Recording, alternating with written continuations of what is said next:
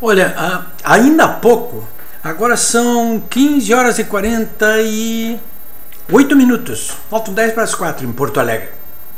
Sexta-feira, chuvosa, céu plúmbio, frio de Renguear Cusco, dia 17 de julho. Então, 17 de julho, uma sexta-feira, dias sombrios, disse em Brasília o ministro Eliseu Padilha, nessa sexta-feira. Não é para menos. Eu estava há pouco olhando a Globo News, acompanhei a entrevista do presidente da Câmara, Eduardo Cunha. Rompeu com o governo. Ele é do PMDB, do partido, portanto, da base aliada. Rompeu com o governo, mas rompeu assim, atirando contra o governo federal. Problemão. Hoje de tarde, já nessa sexta-feira, o presidente da Comissão de Constituição e Justiça anunciou para os jornalistas que mandou a equipe técnica dele estudar de que modo se comportaria a Câmara, os procedimentos, né, legais, no caso de encaminhamento do pedido de impeachment contra a presidente Dilma Rousseff. Está pegando fogo lá em Brasília essa sexta-feira, em pleno recesso parlamentar. Em plena sexta-feira, e está pegando fogo, está pegando fogo.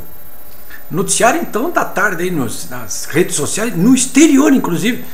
Olha só, agora há pouco eu estava olhando aqui o meu iPhone, então um recado agora para mim aqui do Marco Santino. Marco Santino é um gaúcho da área do mercado financeiro que está em Londres.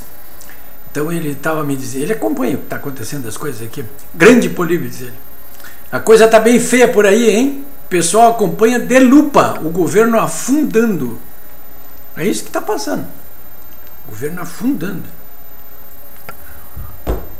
Eu quero falar um pouco mais sobre essa questão do Eduardo Cunha aí, porque ele fez duas denúncias. Claro, eu conversei com vários parlamentares aqui, inclusive do Rio Grande do Sul, sobre esse caso, porque eu queria saber o que poderia acontecer com o PMDB na própria Câmara, enfim, no cenário político. Com esse rompimento do presidente da Câmara. Ele é um presidente da Câmara, ele é o terceiro na linha de sucessão presidencial, né? O governo depende muito do que está acontecendo lá na Câmara e depende muito do PMDB, inclusive. O que fará o PMDB? O PMDB já disse, olha, é um assunto pessoal do Eduardo Cunha. Primeira reação. Então, porque ele fez duas denúncias graves ali. Não é bem uma questão pessoal, não. Como que é uma questão pessoal quando ele faz duas denúncias graves do tipo que eu vou dizer para vocês? Primeiro, diz ele, eu tenho provas de que o governo mandou Rodrigo Janot, procurador-geral da República, mandar aquele ex-diretor da Toyo Setal, o Júlio Camargo, me denunciar. Opa, eu tenho provas materiais. E segundo, desde o dia 23 de junho, a Receita Federal está no meu pé, investigando todas as minhas contas fiscais. Olha, essa segunda é uma prova material já existente, é evidente que. Como é que de repente a Receita Federal começa a investigar a situação fiscal do presidente da Câmara, assim, sem mais nem menos? Sobretudo quando ele está num embate com o governo. É óbvio que é uma retaliação do governo. E a primeira, então, é mais grave ainda, porque ele diz que tem provas de que o governo mandou o Rodrigo Janot ordenar lá esse delator da Toyo Setal fazer uma denúncia contra ele de que ele teria pego uma propina de 5 milhões de dólares, depois de já ter prestado depoimentos anteriores no âmbito da delação premiada, negando isso. Isso aí não tem nada de pessoal, não. O PMDB que me desculpe, os companheiros do presidente Eduardo Cunha que me desculpe, mas isso aí, se fazem isso com o presidente da Câmara dos Deputados, imagina o que não vão fazer com o cidadão comum. Eu não estou dizendo que o Eduardo Cunha é um anjo. Ninguém na política brasileira e no mundo inteiro é anjo. Tem gente até que me manda assim, olha, Políbio, não fala mal do Eduardo Cunha porque ele é o nosso malvado favorito. Ele está para falar nessa sexta-feira de noite, aí, fazendo um balanço do semestre das atividades legislativas. Não sei se ele vai se limitar a isso ou vai atacar mais ainda o governo.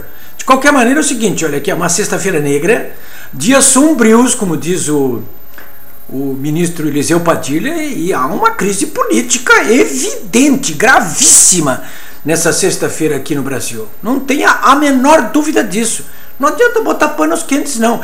E essa crise está na iminência, essa crise política, de se transformar numa crise institucional, o que é mais grave, né? O Santini aqui pergunta assim, olha aqui, diz assim, o pessoal acompanha de lupa o governo afundando. O governo afundando. Grandes emoções então aí, para esse fim de semana. Estão aí os idos de agosto. Os idos de agosto. Agosto tem sido um mês funesto para governantes no Brasil. Mês funesto.